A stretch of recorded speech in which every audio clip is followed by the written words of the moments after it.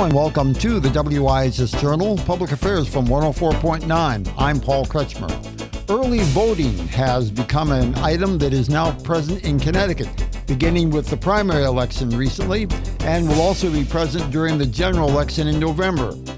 On a recent afternoon at the state capitol, the Secretary of the State for Connecticut, Stephanie Thomas, spoke about that process. And we don't have an advertising campaign for this election, so I'm really glad to see so many of you here today to help us get the word out.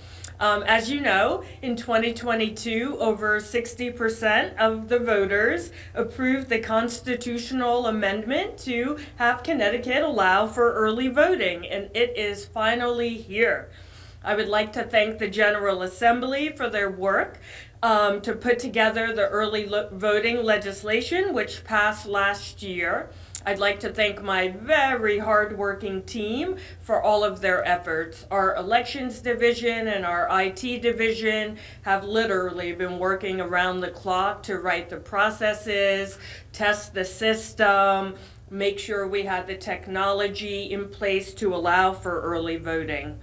And I have nothing but gratitude for the hundreds of registrars of voters and town clerks who have helped participate and make early voting what it will be.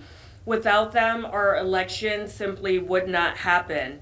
They sent us about 48 pages of notes about their thoughts. They have helped us stress test the process. They have attended many different types of training sessions, and some of them even helped us write the text for the training. And many of these registrars have done this without one dime of extra compensation, putting in many extra hours simply because they believe so strongly in our right to vote. So I really want to thank them for all of their efforts.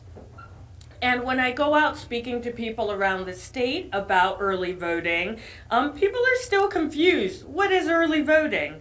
So, early voting is conducted in person, and it begins next Tuesday, but it won't be at your usual polling place. You'll have to look up the location, but the hours are 10 a.m. through 6 p.m. on March 26th, 27th, 28th, and 30th. Yes, you heard me correctly. Voting on a Saturday in Connecticut. Yay! But remember, this is a new form of voting, so we have to have new expectations.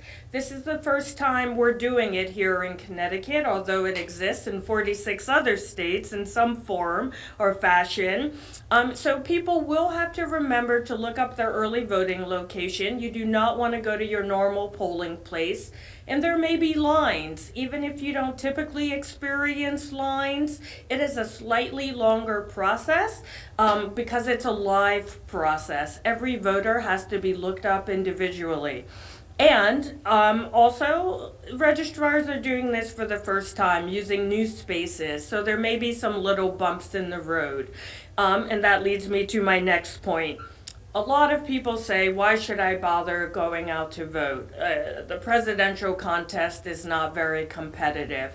I believe you should be voting in every election, but if that's not incentive enough, please go out and help your registrars stress test the system in your town.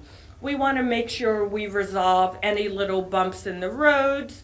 We want to make sure registrars have more data to shore up the system in advance of our high turnout elections later this year.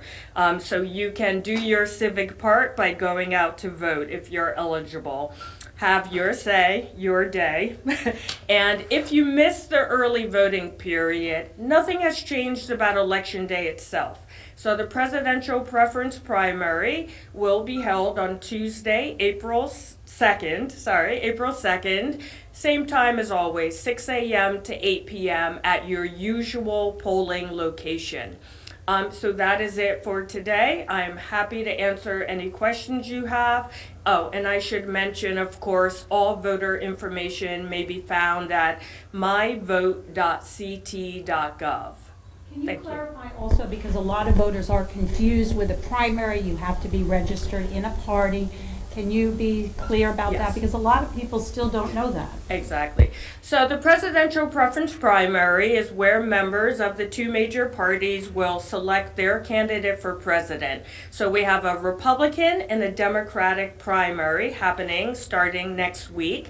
And you have to be registered to that party to vote in a primary.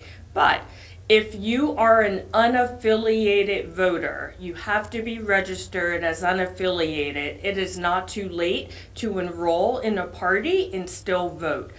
But this part is important. If you are registered to a party, Republican, Democrat, Independent, Green Party, Working Families Party, etc., the date to change parties has already passed. So you would not be eligible to vote in this primary if you need to switch parties. Do you think that there's obviously a learning curve and that could affect turnout for early voting because people may still not understand what the process is? I do believe that's right. That is why we are holding events like this one, hoping to get the word out so people understand that early voting is starting in just 1 week from today. I am still hopeful that we will receive some public education money this legislative session that will help us do a broader campaign in advance of the August primary and the November general election. What kind of money would you like?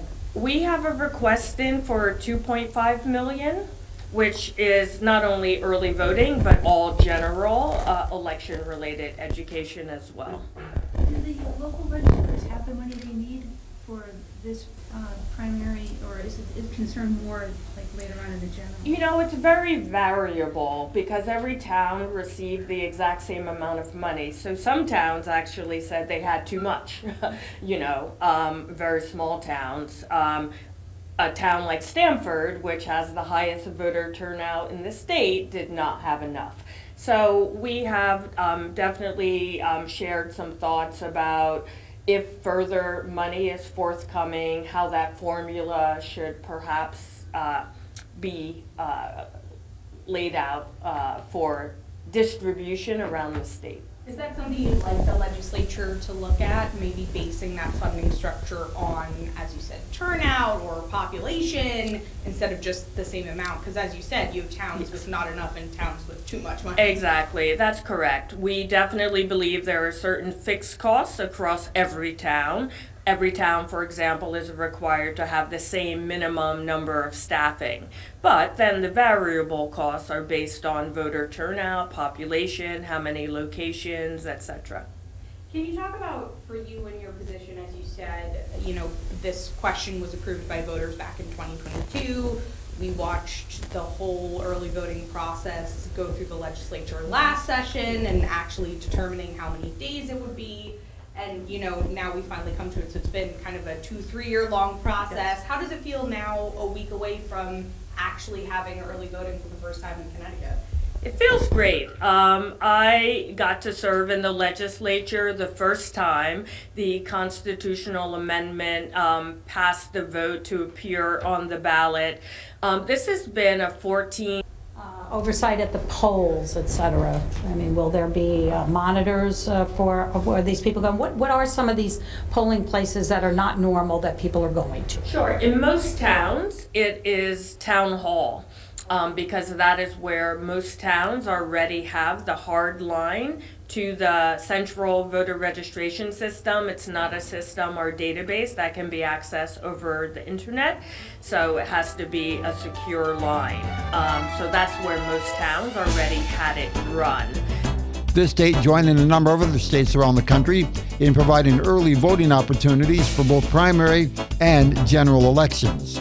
The Secretary of the State's office is responsible for elections in the state. For further information about what you heard on today's broadcast, call us at 860-346-1049, 860-346-1049, or office at WIHSradio.org. The opinions expressed are those of the participants, not necessarily those of the staff or management of this station. I'm Paul Kretschmer for the WIHS Journal, Public Affairs from 104.9 WIHS.